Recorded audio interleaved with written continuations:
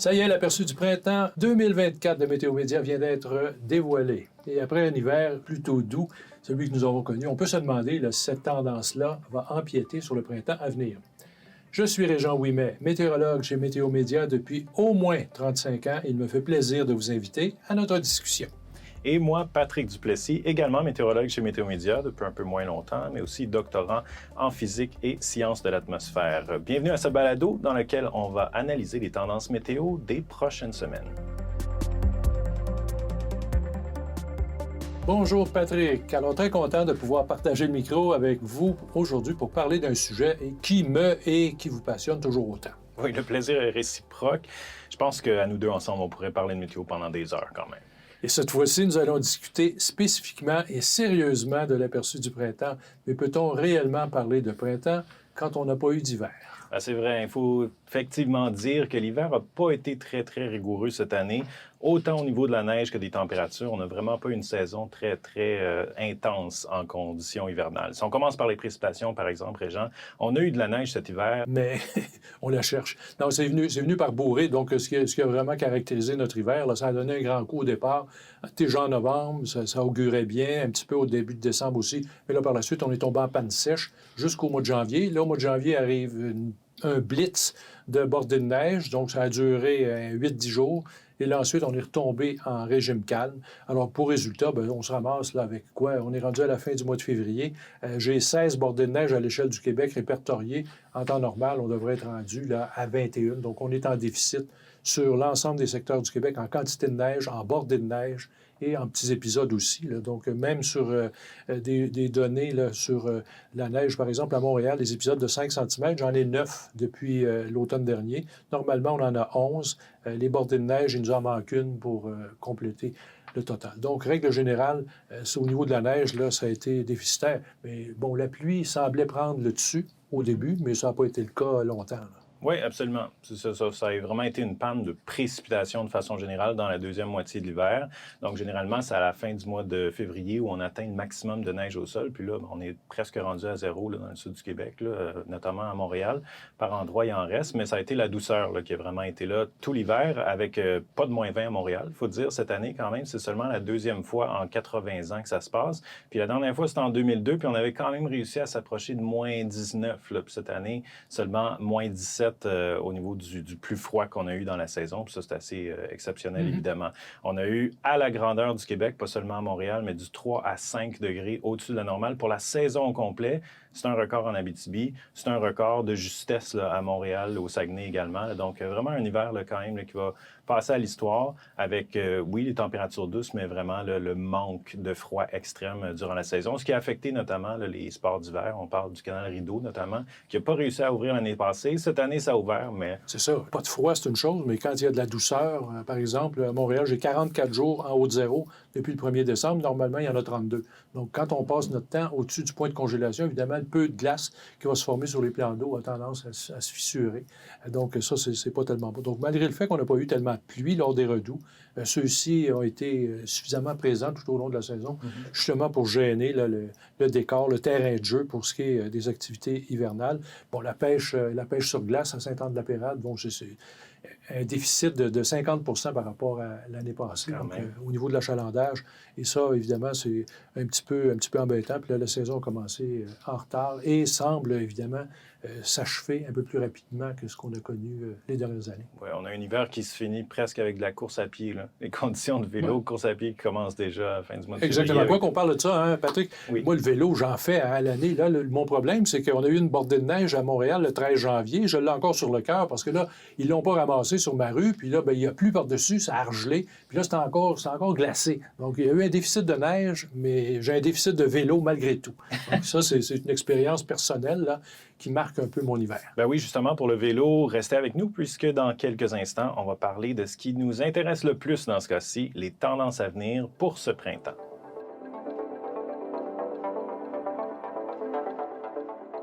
Bon, c'est maintenant le temps de faire un X sur l'hiver et de regarder vers l'avant. L'aperçu de Météo Média parle d'un printemps doux, sec, mais préoccupant. On va donc décortiquer avec vous ce que ça veut dire exactement. C'est ça.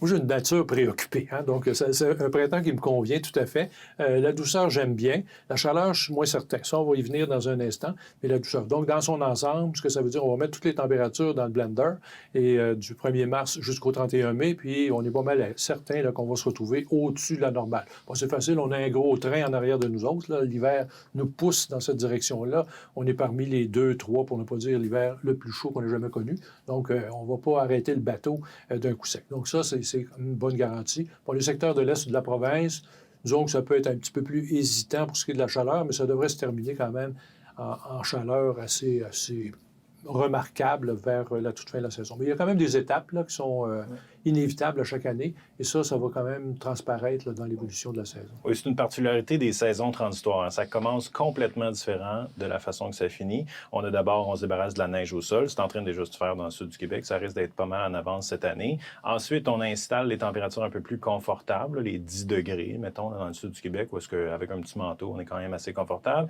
Et après ça, c'est la chaleur un petit peu plus estivale là, qui vient de plus en plus fréquemment, là, généralement vers la fin de la saison printanière, là, où les 20 degrés ou les mêmes 23, 24, 25, là, qui ressemblent pas mal plus à des températures d'été. Puis ça, de façon générale, ça devrait arriver soit dans les temps, soit avant, là, Régent Citadel. Oui, exactement. Puis là, bien, vous l'avez bien cerné, là, donc ça se passe toujours en 2 morceaux. Il y a le premier élément, donc le premier épisode, donc un premier 10, puis ensuite le côté où là, c'est installé, la vraie affaire, puis ça continue de toute évidence. C'est important parce que cette fois-ci, ce qu'on risque de connaître, c'est, oui, les premiers épisodes, c'est vrai, mais peut-être le côté accroché, surtout quand je pense vers le fin mars, début avril, là, il y a peut-être une petite hésitation. On n'écarte pas la possibilité que nous vienne du nord un petit relent du vortex polaire. Donc, une petite descente de froid qui mettra un frein au réchauffement des températures. Donc, il est difficile, vu d'aujourd'hui, là, de dire ça va durer 3 jours, ça va durer 1 semaine, 15 jours, mais règle générale, on peut s'attendre quand même à avoir une petite déception, une petite préoccupation au niveau des températures. Mais définitivement, c'est une mauvaise passe parce que par la suite, on va ouvrir la porte à nos chaleurs. Puis là, bien, ça va bien aller pour la fin de la saison. Oui, exactement. Puis souvent, quand la chaleur arrive, par contre, on a une petite préoccupation au printemps. Là, quand on a de la neige au sol, ça fond. Il y a toujours un petit peu le risque d'inondation, là, qu'on parle d'une année à l'autre. On en a vu des grosses inondations dans le passé, évidemment. Là, cette année, la bonne nouvelle là, du peu de neige au sol, disons, là, c'est qu'il y a peu de neige à fondre, pas mal partout au Québec, pas juste à Montréal, pas juste à Québec, mais de façon générale dans la province. Là, même si on parle de températures au-dessus du point de congélation, de façon générale, là, quand même assez tôt dans la saison, il ne devrait pas avoir de gros risques au niveau des crues printanières. C'est une réalité peut-être un peu différente chez nos voisins de la Nouvelle-Écosse qui ont eu des grosses tempêtes vraiment au mois de février avec des énormes accumulations de neige de ce côté-là. Là, ça risque de donner un coup un peu plus lorsque la chaleur va arriver, même si c'est peut-être un petit peu plus tard là, pour cette région-là. Mais au Québec, par contre, Nouveau-Brunswick, Ontario aussi, là, de façon générale, au Canada même, là, on pourrait s'étirer là, jusqu'à l'ouest canadien. Les risques d'inondation cette année, c'est assez faible. Ça exclut pas la possibilité, mais de façon générale, c'est assez faible. Pas une grosse, pas un 2011, pas un 2017, pas un 2019, c'est ce qu'on voit là, pour l'instant. Mais je regardais quand même, c'est peut-être un peu trompeur, Montréal-Montérégie, on est complètement dégagé de ce qu'il y a au sol. Par contre, je m'en vais sur les Laurentides, la région de la Naudière, j'ai quand même 150 mm d'équivalent d'eau qui attend là. On a connu pendant l'hiver des périodes de redoux. Ça a fait diminuer notre couvert de neige. Là, on a cet épisode pour finir le mois de février. On amène de la pluie. Donc là, on fait un petit peu de ménage. Donc ça veut dire que ce qui est parti, ce qui est fondu, ne sera pas là quand on va arriver avec vraiment les gros redoux du mois d'avril et la fonte accélérée. Puis là, c'est à ce moment-là qu'il faudrait surveiller la possibilité de voir des précipitations importantes. Parce que là, il y a le capital de neige qui est une chose, mais quand vous avez un printemps, puis ça s'est avéré en 2011, en 2017, les grosses années, là, vous avez non seulement de la douceur, mais vous avez des gros épisodes de pluie aussi. À retenir que notre printemps, dans l'ensemble, pour l'instant, on voit un printemps plutôt sec. Ouais. Donc, les gros épisodes de pluie ne devraient pas être trop monnaie courante. Alors, on va miser là-dessus pour, comme vous l'avez dit, avoir quand même un printemps pas trop les pieds dans l'eau. Oui. Puis là, on parle des côtés positifs du printemps sec, mais aussi peut-être des côtés négatifs à surveiller plus tard dans la saison. Parce que l'année passée, on a eu une grosse saison au niveau des feux de forêt, entre autres, au Québec, pas juste au Québec, pas mal partout au pays. Mais là, on se demande cette année. En fait, ce qui est particulier l'année dernière, c'est que le printemps n'était même pas si sec. Ça a été juste une période sèche au mois de mai qui a été succédée là, d'une période d'orage. Donc, on a vraiment été malchanceux là, dans le contexte météo l'année dernière, là, ce qui est vraiment commencer la saison des feux en Lyon. Mais là, il va falloir surveiller cette année parce qu'avec moins d'eau dans les sols, la végétation qui va s'assécher, moins de précipitations aussi, surtout dans la deuxième moitié du printemps, mais là, c'est évidemment le risque d'incendie dans les forêts là, qui va augmenter. Définitivement. Donc, à choisir entre les pieds dans l'eau et la tête en feu, le feu va l'emporter, là, vraisemblablement, si tout se matérialise cette année. Oui. Puis après ça, il y a l'arrivée de l'été. Donc, c'est ça, les 20 degrés, 25. Là, généralement, ça arrive au mois de juin. C'est plus quelque chose de vraiment là, le premier mois de l'été. Mais là, cette année, ça pourrait peut-être là, arriver au mois de mai là, dans le sud du Québec. Oui, exactement. Puis là, il y a un gros joueur qui rentre en ligne de compte là-dedans. Dans quelques instants, on va vous parler d'un grand changement qui pourrait s'opérer au Québec avec la disparition du phénomène El Niño. Alors, restez avec nous pour savoir de quoi il s'agit.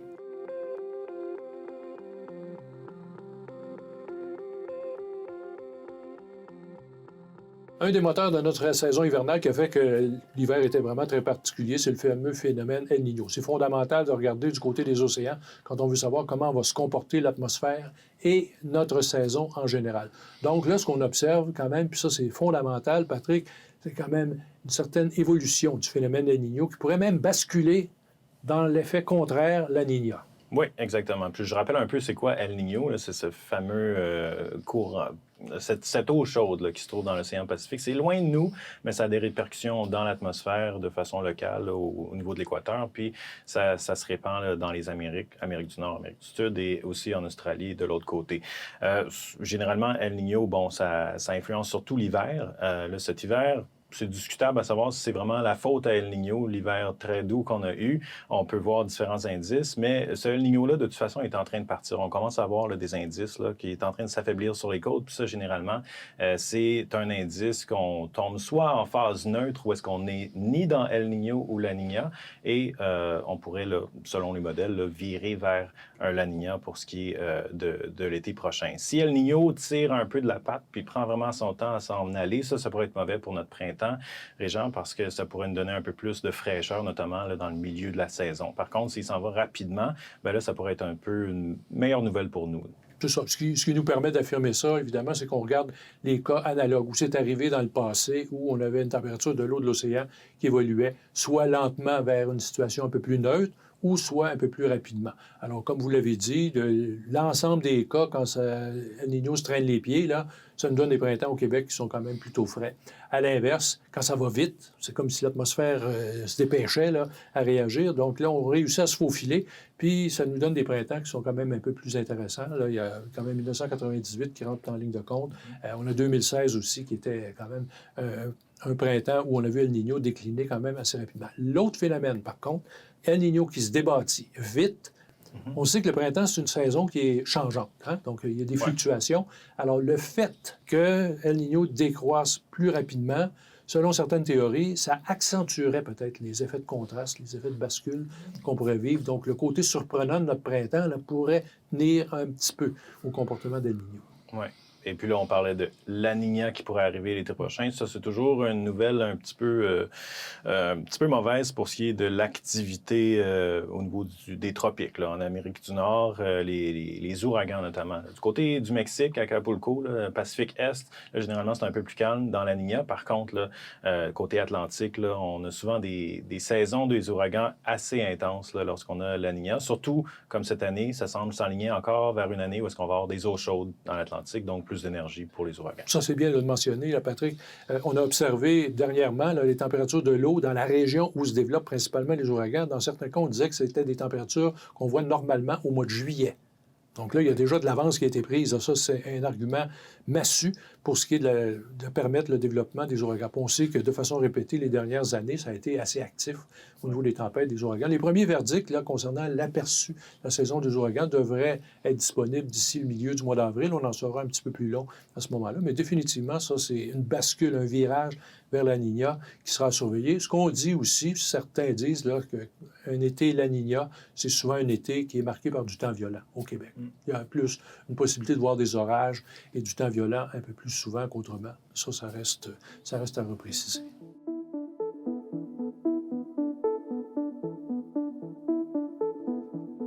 Alors, en résumé, c'est pas bien compliqué. C'est un printemps qui s'annonce intéressant de mon point de vue. Donc, d'abord, on a de la douceur et on a aussi des précipitations qui vont se faire assez discrètes.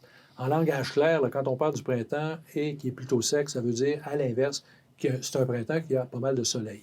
Mais là, il faut faire attention parce qu'il y a un petit côté caché à notre printemps, le côté surprenant. On l'a vu en 2016, poussée de froid au mois de mars. On l'a vu en 2010, bordée de neige les 27-28 avril. Donc, c'est un printemps qui peut, Patrick, nous surprendre. Oui, effectivement, des surprises, on risque d'en avoir comme à chaque printemps. Merci de nous avoir accompagnés dans cette discussion. N'hésitez pas à échanger avec nous en nous laissant un petit commentaire ou des suggestions de sujets. Ça nous fait toujours plaisir de vous lire. À bientôt. Et pour en apprendre plus sur nos prévisions du printemps 2024, consultez météomédia.com/aperçu ou téléchargez notre application mobile. Bonne saison!